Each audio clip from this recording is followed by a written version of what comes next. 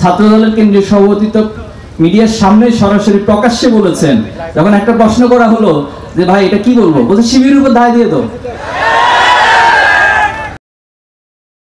এই হলো বাংলাদেশের রাজনীতি। আমরা এই রাজনীতিগুলোর একেবারে পরিসমাপ্তি চাই। আমরা চাই যে প্রত্যেকেই তার নিজস্ব এজেন্ডা নিয়ে, নিজস্ব কার্যক্রম নিয়ে শিক্ষার্থীদের কাছে তুলে ধরুক। আমাদেরকে বলা হয় যে আপনারা ওয়েলফেয়ার পলিটিক্স কেন করেন? তো ওয়েলফেয়ারই তো রাজনীতির মূল কথা। আপনি পলিটিক্স তো করবেন হচ্ছে মানুষের কল্যাণের জন্য। আপনি ছাত্র রাজনীতি করবেন, ছাত্রদের কোনো কল্যাণ করবেন না, তাহলে এটা কিসের রাজনীতি? রাজনীতি কি শুধুমাত্র আমার পকেটে টাকা ভারী করার জন্য, করার জন্য, আমি টেন্ডারবাজি করবো, এটার জন্য রাজনীতি? রাজনীতি মানেই তো হচ্ছে ছাত্রদের কল্যাণে আপনি কাজ করবেন।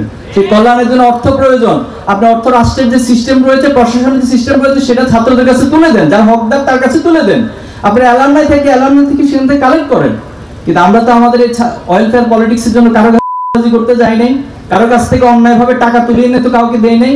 যারা আমাদেরকে আগ্রহ করে ছাত্রদের কল্যাণ করতে চায় আমাদের মাধ্যম দিয়ে, আমরা তো সেই কাজগুলো করে যাচ্ছি। এই জন্য যারা আমাদেরকে বলে, আমরা মুচকি হাসি ছাড়া আসলে কোনো উত্তর এটার জন্য নাই।